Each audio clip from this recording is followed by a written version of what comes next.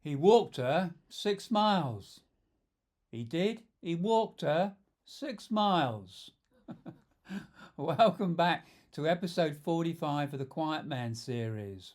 Those were the words that my mother uttered to a friend of hers when I went down to stay with my parents with my then girlfriend, Caroline. This was the woman that had come back into my life.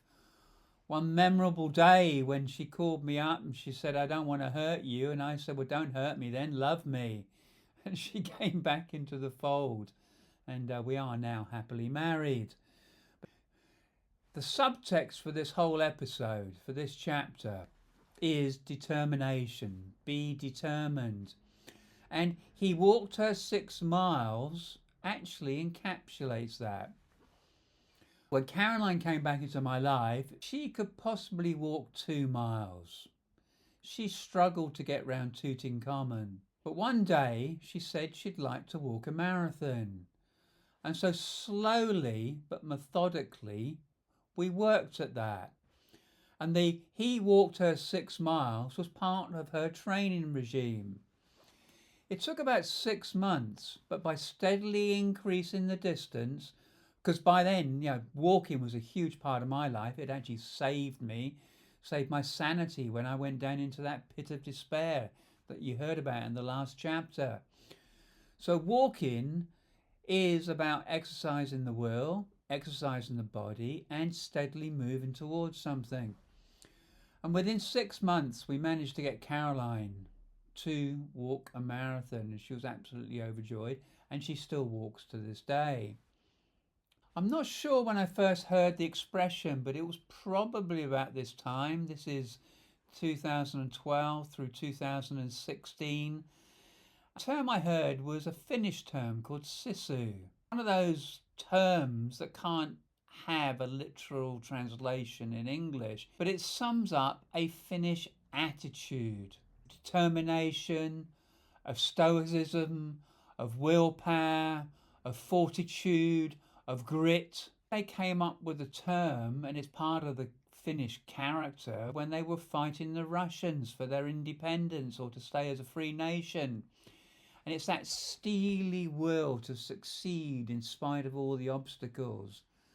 And as soon as I heard the word SISU, I thought, man, I love that.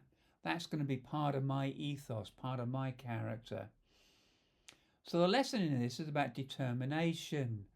And I think we need more of it. We need more fortitude. We need more determination.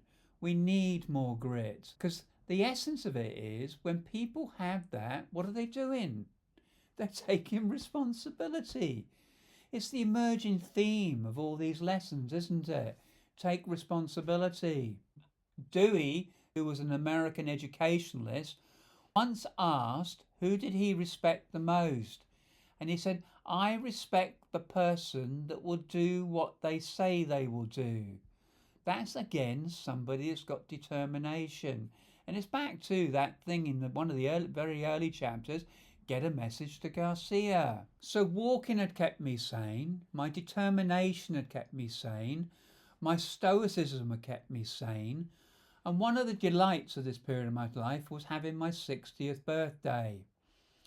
And if you think about it, in the last chapter, it was all about how do you make the transition when the world just implodes and you fall down the pit. What have you got to do? Well, one of the things you've got to do is you've got to get yourself up, shake it off, but then you start looking at things that you can do. That will quite often come back to the network of people around you. I turned 60 in 2014, and strangely for me, I decided to have a party. And I invited all the people that I could think of that had been important to me over my life.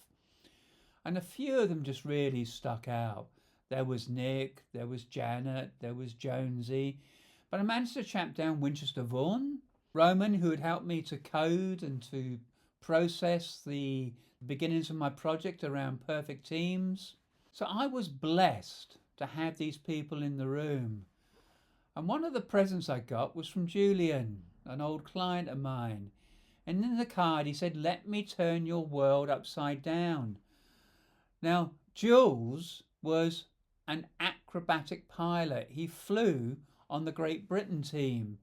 I went up to the White Walthams up on the Thames Valley, and he took me out, and we did, it was just absolutely magical. He turned my world upside down. We did the loop, we did the flip overs, left and right. It was absolutely priceless. And I can actually remember writing in my diary, it was totally fucking awesome. So thumbs up to Jules there for taking me out in the plane that day. But the party was about the people, about recognizing and appreciating all the people in my life. And one of the golden moments was my good old school friend Paul, and he wrote a song for me, which you have to go to the book to find out more about that. And again, a thumbs up to Paul for coming along with his band to sing to me on my 60th birthday. So the thread for this episode: determination, fortitude, resilience, tenacity, stoicism. You can make it happen. You can determine your life by being determined. One of the things that happened at the tail end of 2014 was it was the 100th anniversary of the First Great War. And we went up to the tower where they had the poppies.